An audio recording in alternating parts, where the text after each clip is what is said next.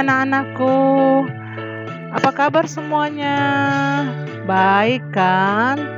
Jumpa lagi dengan saya, Bocek Komas. Saat ini kita akan belajar mata pelajaran IPA asik. Dari gambar yang anak-anak amati, kira-kira materi apa yang kita ajarkan? Iya, makhluk hidup dan lingkungannya. Kita mulai ya. Pengertian makhluk hidup.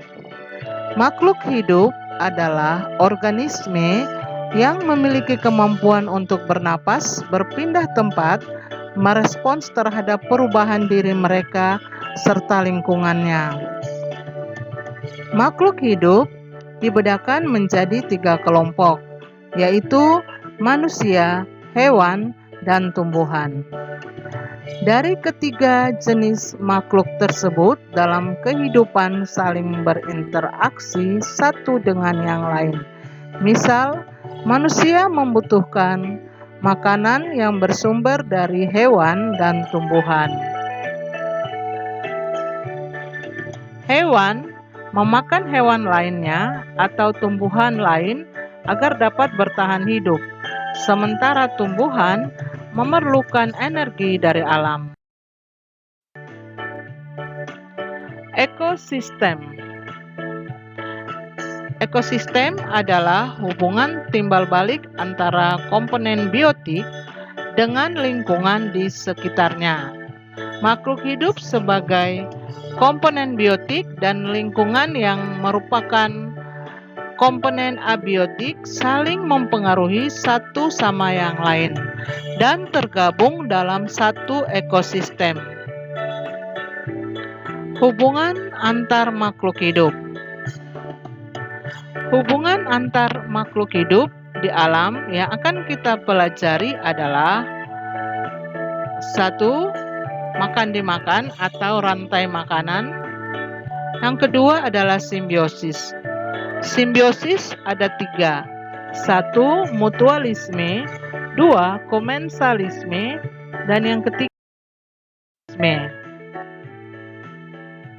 di alam terjadi peristiwa makan dan dimakan, sehingga membentuk rantai makanan. Ini dia contoh gambar rantai makanannya. Wow, ada tikus dan kucing.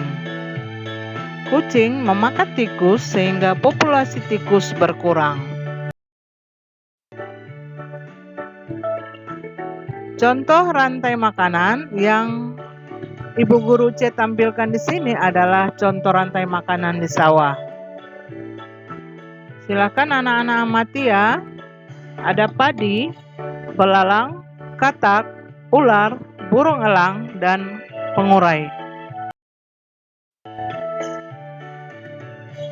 Jaring-jaring makanan. Ini dia contoh jaring-jaring makanannya. Silakan anak-anak amati.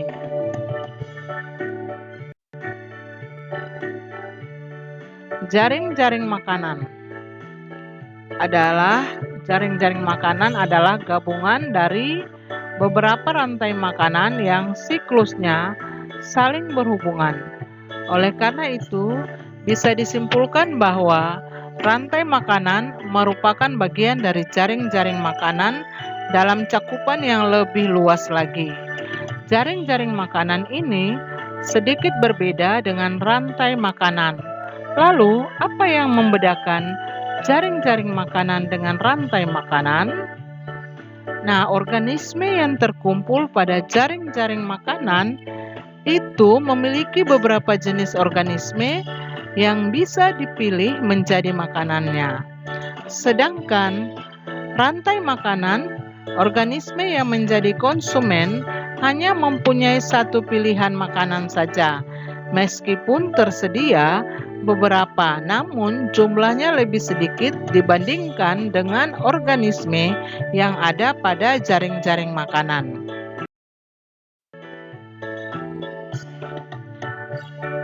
Jaring-jaring makanan, rantai-rantai makanan yang saling berhubungan.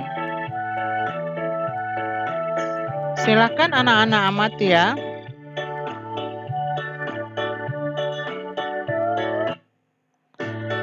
Ada produsen, konsumen tingkat 1, konsumen tingkat 2, konsumen tingkat 3, dan konsumen tingkat 4.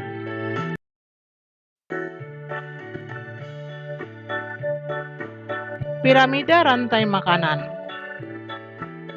Ini dia ya, piramida rantai makanan. Silahkan diamati.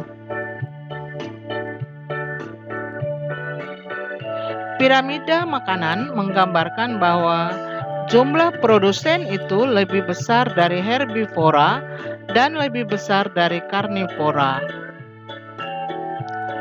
Dasar piramida atau produsen adalah tumbuhan hijau, sebab hanya tumbuhan hijau yang bisa membuat makanan sendiri melalui proses yang namanya fotosintesis.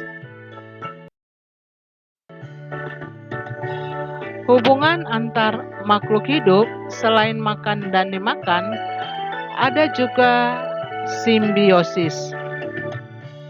Ada 3 jenis simbiosis, yaitu 1. Mutualisme, 2. Komensalisme, 3. Parasitisme. Simbiosis mutualisme. Simbiosis di mana keduanya sama-sama mendapat keuntungan. Contoh, burung jalak dan kerbau. Ini dia ya. Burung jalak itu mendapat keuntungan karena mendapat makanan dengan mematuki atau memakan kutu yang menyerang kerbau. Kerbau juga mendapat untung karena serangan kutunya berkurang. Mutualisme. Ada juga taun dan kupu-kupu.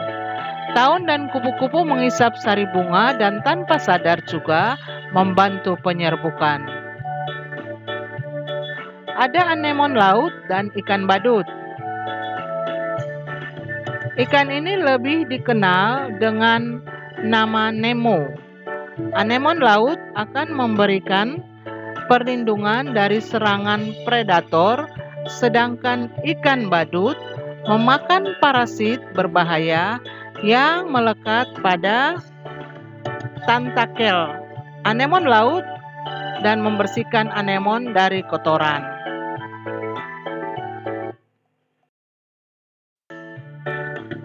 Simbiosis komensalisme. Simbiosis di mana satu mendapat keuntungan, yang lain tidak dirugikan. Contoh ini ya, tanaman anggrek dan pohon mangga. Tanaman anggrek akan melekat atau merambat pada pohon mangga dengan tujuan untuk mendapatkan air, sinar matahari, dan senyawa lainnya. Semua dibutuhkan untuk melaksanakan fotosintesis. Akan tetapi, tidak beri tambahan pengaruh tidak baik bagi pohon mangga. Jadi pohon mangga tidak dirugikan. Ada juga di laut ikan hiu dan ikan pe, selalu didampingi oleh remora. Ikan hiu tidak dirugikan, remora mendapat sisa daging makanan hiu serta aman dari serangan predator lain. Simbiosis parasitisme yang terakhir ya. Simbiosis di mana satu mendapat keuntungan, yang lain dirugikan. Contoh, cacing pita dengan manusia.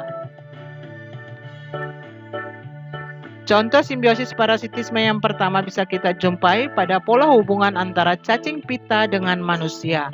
Cacing pita hidup di dalam usus manusia mendapat keuntungan dikarenakan ia bisa mendapat makanan secara gratis, sedangkan manusia mendapat kerugian. Tikus dan petani. Contoh simbiosis parasitisme yang paling mudah diamati adalah pola hubungan antara tikus dan petani. di mana tikus mendapat makanan dari tumbuhan petani di sawah. Di lain pihak, para petani mengalami kerugian sebab tanamannya dimakan oleh tikus yang menyebabkan hasil panennya menjadi berkurang. Ada juga kutu hewan dan manusia. Ini ya. Kutu yang tinggal di tempat lebih kurang rambut akan menghisap darah hewan atau manusia lewat kulit kepalanya. Selain meraih makanan bersama menghisap darah secara gratis, kutu juga meraih keuntungan karena meraih tempat ia tinggal. Adapun hewan atau manusia yang ditumpanginya justru mendapat kerugian karena mereka merasa gatal dan merasa tidak nyaman. Ya anak-anakku, ada contoh simbiosis yang lainnya. Sangat banyak contoh simbiosis dari ketiga simbiosis yang baru saja kita pelajari. Nanti anak-anak boleh pelajari ya. Oke, sekian dan terima kasih. Salam literasi.